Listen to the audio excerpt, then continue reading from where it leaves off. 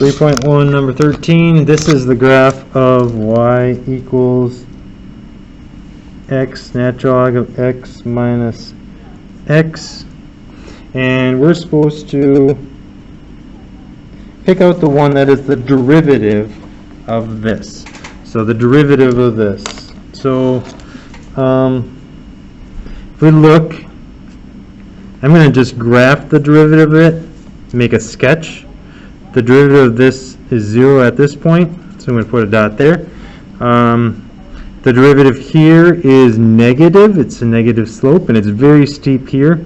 So right here, it's actually looks like it's approaching negative infinity. So I'm going to go down like this, and eventually it's going to get to 0. Positive, but only slightly, and more positive. Okay, so it's going to go kind of like that. So this is y prime, my sketch of it. So we have to match. Is the red one sine x? No, not really. Natural log of x, actually, that's what natural log of x looks like. So yes, that's the right answer. Ding, ding, ding.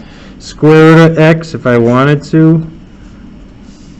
Close, but if this would imply that the derivative is always positive, or at least non-negative, and the derivative is clearly negative here because it's going down. So our derivative graph has to go below the x-axis.